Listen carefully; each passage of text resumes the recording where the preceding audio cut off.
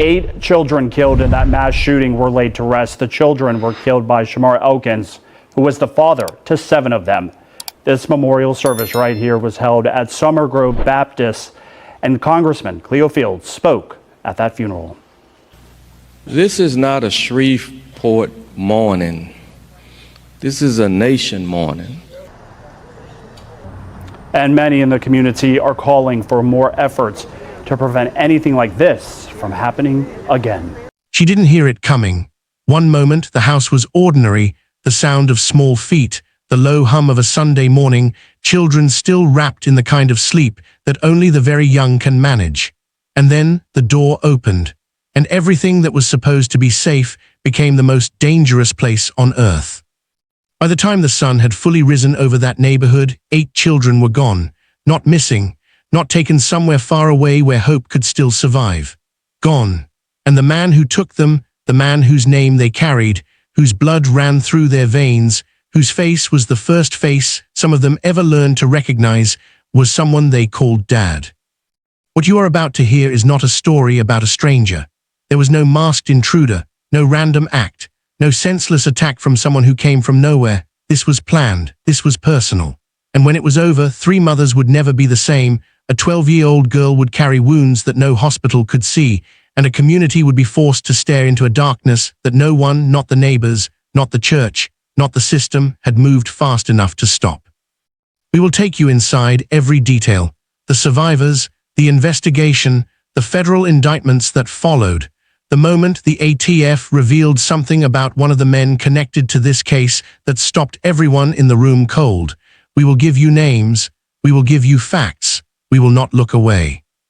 But before we do, we have to warn you, this case involves the deaths of children, multiple children. It involves violence carried out not in the heat of a single moment, but methodically, deliberately, from one room to the next. If that is something you are not in a position to hear today, we understand. Step away. Come back when you are ready.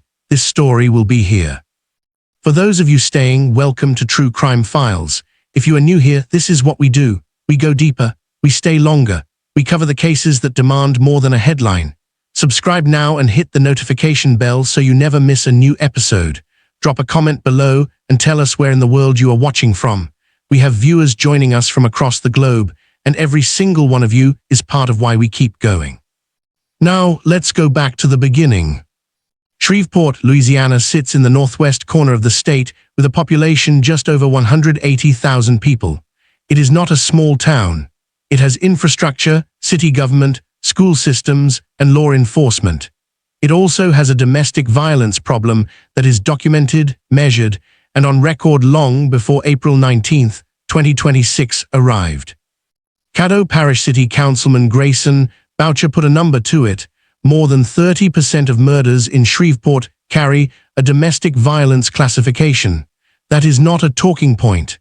That is the backdrop against which this case unfolded. The 2 crime scenes that morning were both located in Cedar Grove, a neighborhood on the city's south side. Cedar Grove is where Shamar Elkins lived. It is where his wife lived. It is where his ex-wife lived, 1 block away.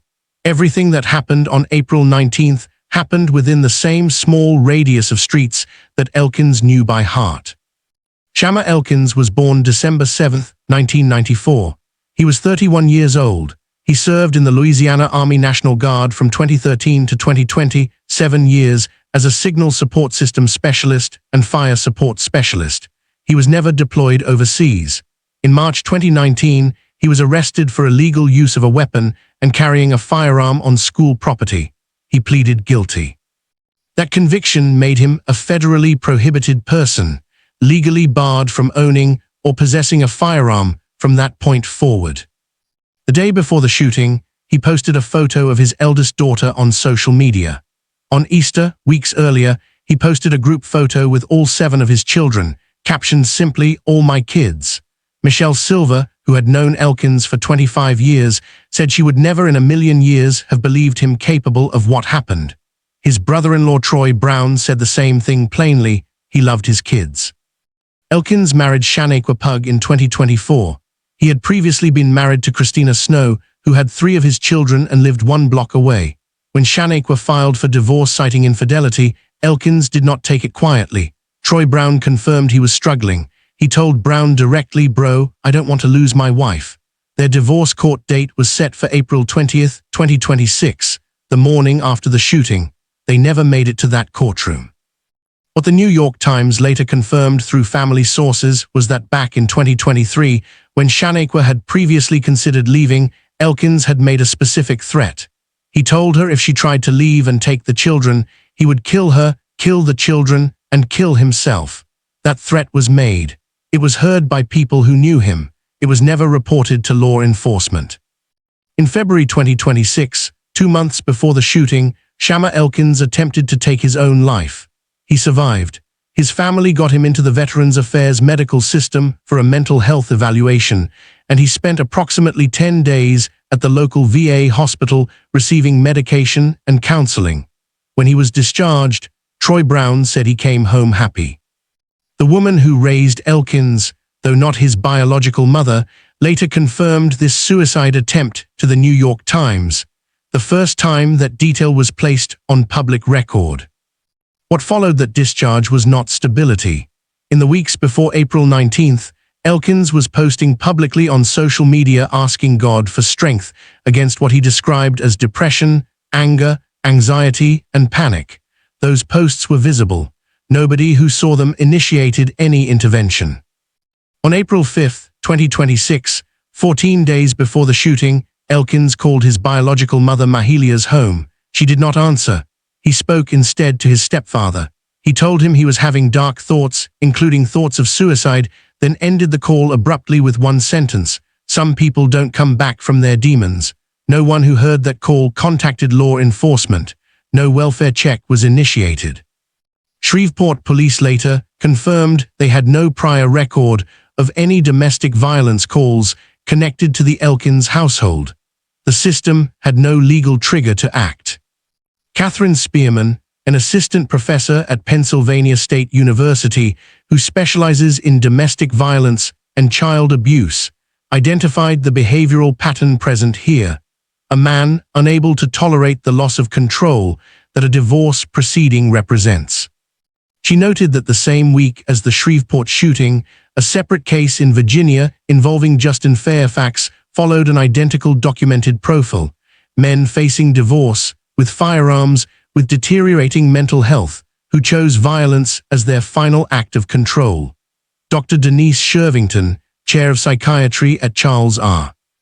Drew University and founder of the Institute for Women and Ethnic Studies, went further, identifying systemic barriers, including racial disparities in mental health diagnosis and treatment for Black men, as structural contributors to how a man in a documented crisis was discharged without adequate follow-up care. The weapon used on April 19th was a .22 caliber Mossberg 715P, a semi-automatic pistol that police described as having assault-style functionality. Elkins had no legal path to that gun. His 2019 felony conviction made him a federally prohibited person. He could not own, possess, or purchase a firearm through any legal channel. So investigators needed to answer one question immediately: where did it come from? The ATF launched a standard firearms trace the same day, working backward through the weapons chain of custody from its point of origin. That trace led them to a 56-year-old Shreveport man named Charles Ford. Ford's own criminal record disqualified him from legally possessing a firearm. He had been convicted of simple robbery in 2000 and pleaded guilty to domestic abuse battery in 2011. According to court documents, a woman had given Ford the Mossberg pistol while she was hospitalized the year before the shooting. She is identified in the federal affidavit as the person who directed investigators to Ford when they came looking. When ATF agents first approached Ford, he denied having the weapon. Under further questioning, his account changed. He admitted he had possessed the firearm and stated he believed Elkins had taken it from him. That shift in his story became a charge of its own. Ford was arrested on April 21st, 2 days after the shooting, and charged with being a felon in possession of a firearm and making false statements to federal agents. U.S. Attorney Zachary Keller of the Western District of Louisiana confirmed the arrest publicly and stated that accountability in this case was a priority. Ford was formally indicted by a federal grand jury on May 7, 2026. As of this episode, no plea has been entered. The full chain of custody between the weapon's original purchase and Ford has not been publicly disclosed. ATF Special Agent in Charge Joshua Jackson confirmed on May 8 that investigators have been actively interviewing people connected to Elkins in the weeks and months before the shooting. That part of the investigation remains open. At approximately 5:55 in the morning on April 19, 2026, Shamar Elkins arrived at the home of Christina Snow on the 500 block of Harrison Street in Cedar Grove. Christina is his ex-wife and the mother of 3 of his children, Saria, age 11, Kedarian, age 6, and Braylon, age 5. When she opened the door, Elkins shot her in the face. She was struck 9 times in total. What happened next is something that investigators and family members have both described as remarkable. Despite her injuries, Christina Snow used Siri on her phone to call 911. She was conscious. She gave dispatch information about what had happened. She told them her children had been taken. Her aunt, LaShawn Berry, later confirmed to CNN exactly what that moment looked like from the family's perspective. He knocked on her door, he shot her, and she was still alert enough to use her phone to call for help. Elkins did not stay at Harrison Street. He left with Christina's 3 children and drove to the second location. The home on the 300 block of West 79th Street was where his wife Shaneiqua Pugh lived with their children, alongside Shaneiqua's sister Keosha Pugh and Keosha's 12-year-old daughter Mayence Pugh. Investigators believe all the children inside that house were asleep when Elkins entered. The first 911 call from that address came from someone already on the roof, reporting that a suspect inside had shot someone. A second call followed within minutes. The caller identified the suspect as a family member, told dispatch that 9 people lived in the home, and reported that the suspect had shot everyone inside. She said she and her children had gotten to the roof and were now in the backyard.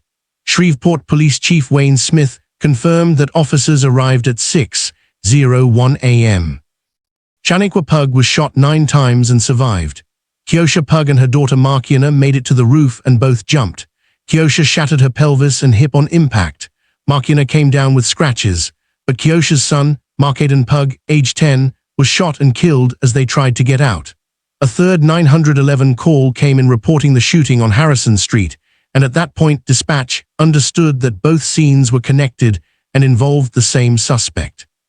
Shreveport Police spokesperson Chris Bordelon confirmed that 10 people in total were struck by gunfire across the 2 locations. Elkins left West 79th Street, carjacked a vehicle at gunpoint, and led police on a high-speed pursuit out of Shreveport and into neighboring Caddo Parish. Officers confronted him at a home on Brompton Lane in Bossier City, the residence of a man named Michael Mayence, identified as an associate of Elkins. Elkins was shot and killed at that location. A preliminary autopsy indicated the fatal wound was self-inflicted, but the Louisiana State Police, which took over the officer-involved shooting investigation, has not released a final official report as of this episode. No officers were injured. Shreveport Police ultimately confirmed 4 separate crime scenes connected to the events of that morning. The Caddo Parish Coroner's Office identified all 8 children in the days following the shooting. Their deaths were recorded as Shreveport's 8th through 15th homicides of 2026. One morning doubled the city's annual body count. The community has since called them the Eternal 8. Jayla Elkins was 3 years old. Her family called her JBE. She loved unicorns with the kind of intensity that only a 3-year-old can sustain. Shayla Elkins was 5. She was quieter than her sisters, often found on her phone, and rarely more than a few steps away from Jayla. Kayla Pugh was 6. Her nickname was K-May. She was one of the louder personalities in the house and spent hours filming TikTok videos with her siblings. Layla Pugh was 7, bright, bold, and full of love, according to family. She and Kayla shared the same enthusiasm for TikTok and the same energy in every room they entered. Mayence Pugh was 10. His nickname was K-Bug. He was Keosha Pugh's son and Elkins's nephew, not Elkins's biological child. He was in that house on West 79th Street because it was his home. Christina Snow was 6. His preschool teacher, Angela Hall, described him as an outgoing spirit. He had been looking forward to summer camp with his siblings. Braylon Snow was 5, Christina's younger brother. According to their great-aunt LaShun Berry, the two of them did everything together, including regular visits to a local farm they both loved. Saria Snow was 11, the oldest of the 8. Christina Snow's eldest child. She had summer camp plans lined up alongside her brothers and had taken on the role that older siblings naturally fall into, the one the younger ones look to first. If you have made it this far, you already know this channel goes deeper than most. Subscribing takes 5 seconds and guarantees you get every update on this case and every new episode the moment it drops. Now back to the story. 3 women survived April 19th. Each one is dealing with something different. None of their situations are the same. Shaneiqua Pugh is Elkins's wife and the mother of 4 of the 8 children killed, Jayla, Shayla, Kayla, and Layla. She sustained 9 gunshot wounds that morning. As of the May 9th funeral, she was the only survivor still hospitalized, remaining in the ICU. Troy Brown confirmed to CNN that she was communicating with family. She had been seen from her hospital bed resharing photos and videos of her daughters. Her family was managing the number of visitors around her deliberately, keeping her environment as controlled as possible. She was not able to attend the funeral of her 4 children. Her cousin Crystal Brown Page confirmed to CNN that in the days before the shooting, Elkins had been argumentative about the divorce filing, though no prior physical violence had been reported during that period. Christina Snow was discharged from the hospital on April 23rd, 4 days after being shot 9 times in the face. A bullet remains lodged in her face as of the most recent confirmed reporting. Her cousin Jamarcus Snow confirmed to NBC News that she has been experiencing ongoing memory issues and cognitive effects from the trauma her brain sustained. Her aunt LaShun Berry told reporters that Christina has no stable housing and no financial support, asking publicly how any family could be expected to return to a home under those circumstances. Christina attended the community vigil at the Head Start facility where Christina and Braylon had been enrolled, stood among their teachers, and released balloons for her sons. She was present at the May 9th funeral. Keosha Pugh, Shaneiqua's sister, fractured her pelvis and hip when she jumped from the roof. She underwent surgery and attended both the community vigil and the May 9th funeral in a wheelchair. She buried her son Mark Aiden from that wheelchair. Markina Pugh is Keosha's 12-year-old daughter. Early reports incorrectly identified her as a 13-year-old boy. KSLA and CNN later confirmed her full name and age. She jumped from the roof alongside her mother, sustained only scratches, and was released from the hospital. She attended the May 9th funeral.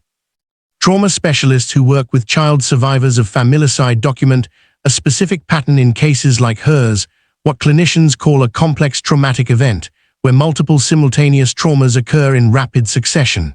The full psychological weight of that kind of experience does not always surface immediately.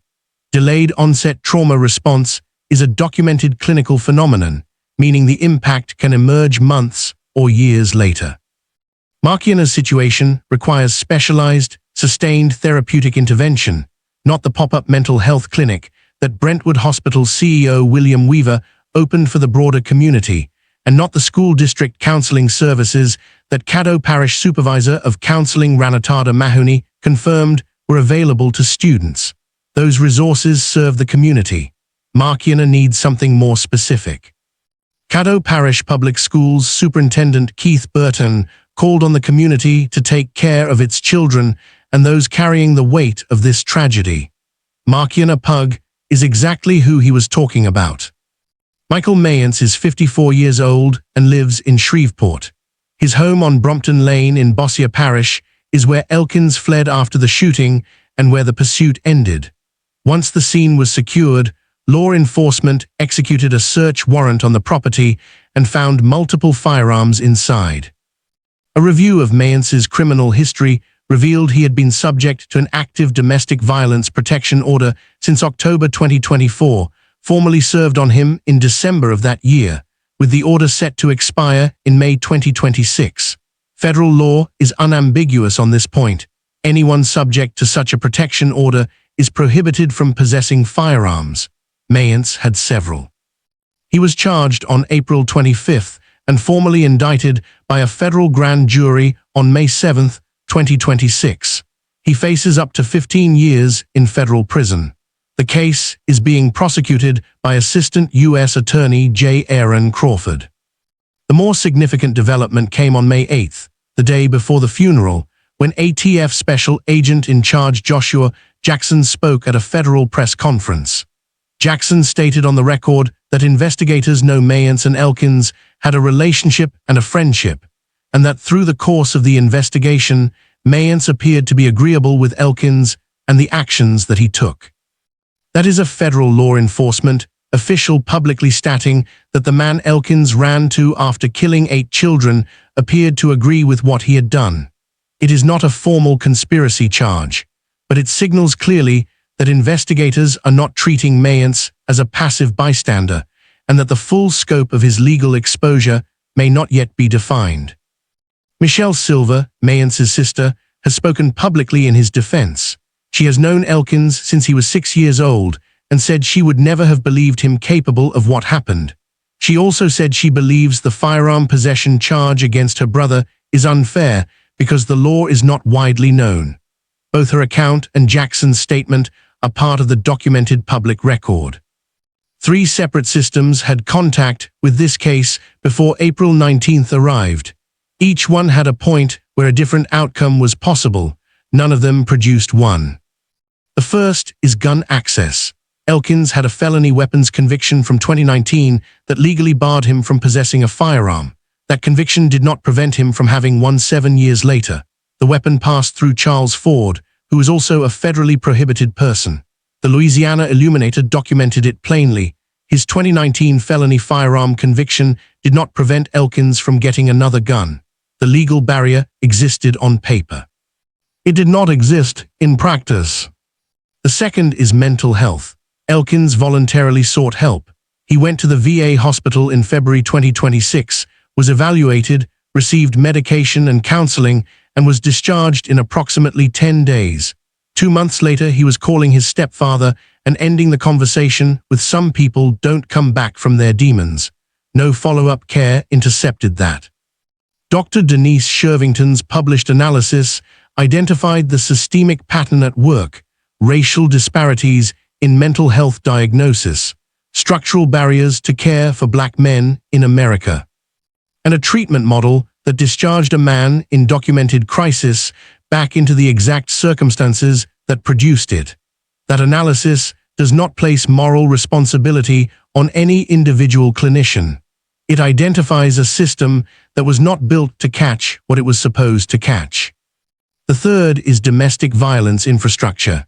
In March 2026, 1 month before the shooting, the Shreveport City Council voted to withdraw from a partnership with the Caddo Parish Sheriff's Office to operate a domestic violence resource center at a new police substation.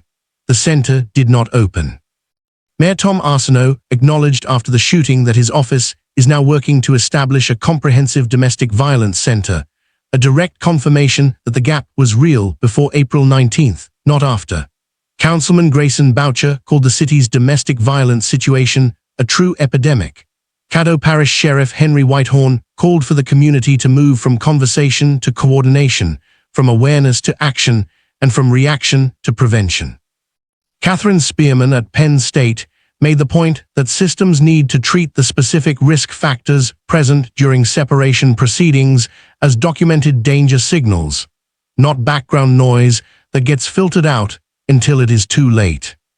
On Saturday, May 9, 2026, Mother's Day weekend, Summer Grove Baptist Church in Shreveport received the community for the funeral of 8 children. 8 white caskets were lined side by side at the front of the sanctuary. Gold crowns sat on top of each one.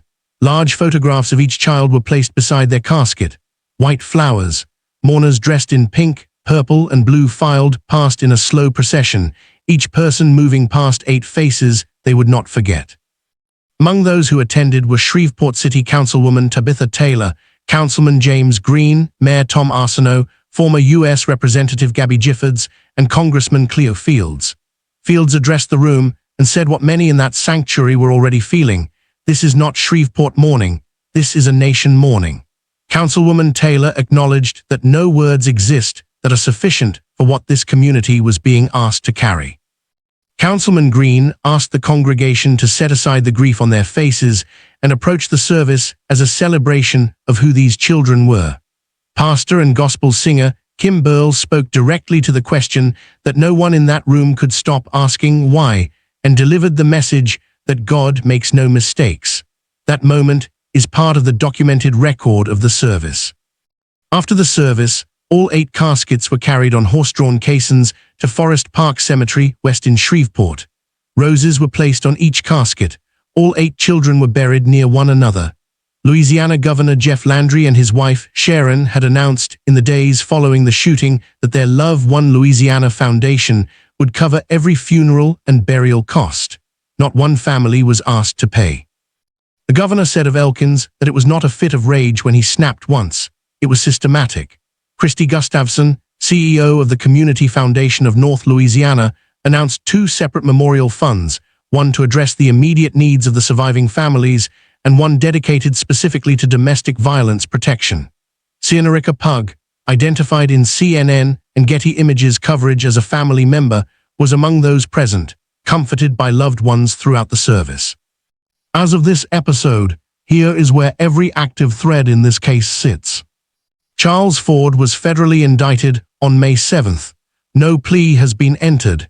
His prosecution is active in the Western District of Louisiana. Michael Mayence was also indicted on May 7th, faces up to 15 years in federal prison, and has not entered a plea. The ATF's public statement that he appeared to agree with Elkins's actions remains the most significant unresolved thread in the entire investigation. The ATF is still working to establish the complete chain of custody for the Mossberg 715p interviews with people connected to Elkins in the weeks before the shooting are ongoing. Louisiana State Police have not released a final report on Elkins's death on Brompton Lane. The preliminary autopsy indicated a self-inflicted wound. The official determination has not been issued. Shreveport police have not formally declared a motive. The classification remains entirely a domestic incident. Shaneiqua Pugh was still in the ICU as of the May 9th funeral. Christina Snow is at home without stable housing, with a bullet still in her face and ongoing cognitive effects. Keosha Pugh is recovering from her fractured pelvis. Mayence Pugh is home and physically recovered. Her psychological support status has not been publicly confirmed. Mayor Arsenault's office is working to establish a comprehensive domestic violence center in Shreveport. It is not yet operational. 8 children were buried on Mother's Day weekend in Shreveport, Louisiana. Jayla, Shayla, Kayla, Layla, Markaden, Kadarian, Braylon, Saria. 3 mothers are still living with what happened that morning. One was still in the ICU when her children were put in the ground. One went home with a bullet still in her face and no stable place to sleep. One sat at that funeral in a wheelchair after burying her son. Mayence Pugh is 12 years old. She is home. She is physically okay. What she carries on the inside has not been publicly addressed, and that matters. 2 men are in federal court. The firearms trace is still active. The officer-involved shooting report has not been released. The investigation is not finished. A city voted to defund a domestic violence resource center in March 2026. 1 month later, 8 children were dead. That city is now promising to build one. The documented record does not leave room for debate about whether the system failed. The only question left is what gets constructed in the space where those failures were, and whether it happens before the next case demands the same answer. Jayla, Shayla, Kayla, Layla, Markaden, Kadarian, Braylon, Saria. This channel stays on cases like this one until every thread is resolved, not just the first week. If that is what you are looking for, subscribe right now and hit the notification bell so you never miss an update. Leave a comment below. Which part of this case do you think needs more attention? What question do you still want answered? We read every one. This is True Crime Files.